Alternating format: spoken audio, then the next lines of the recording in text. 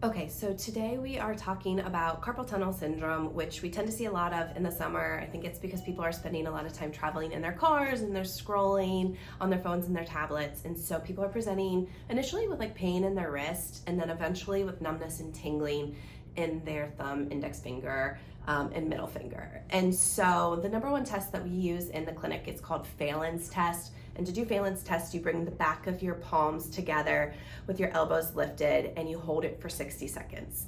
The reason I don't like this test and why there is a 30% false positive rate, meaning that 30% of people who will test positive for numbness and tingling in their hands while doing this do not, in fact, have carpal tunnel syndrome, is because there's a lot of other tissues that we are not taking into account while doing this test.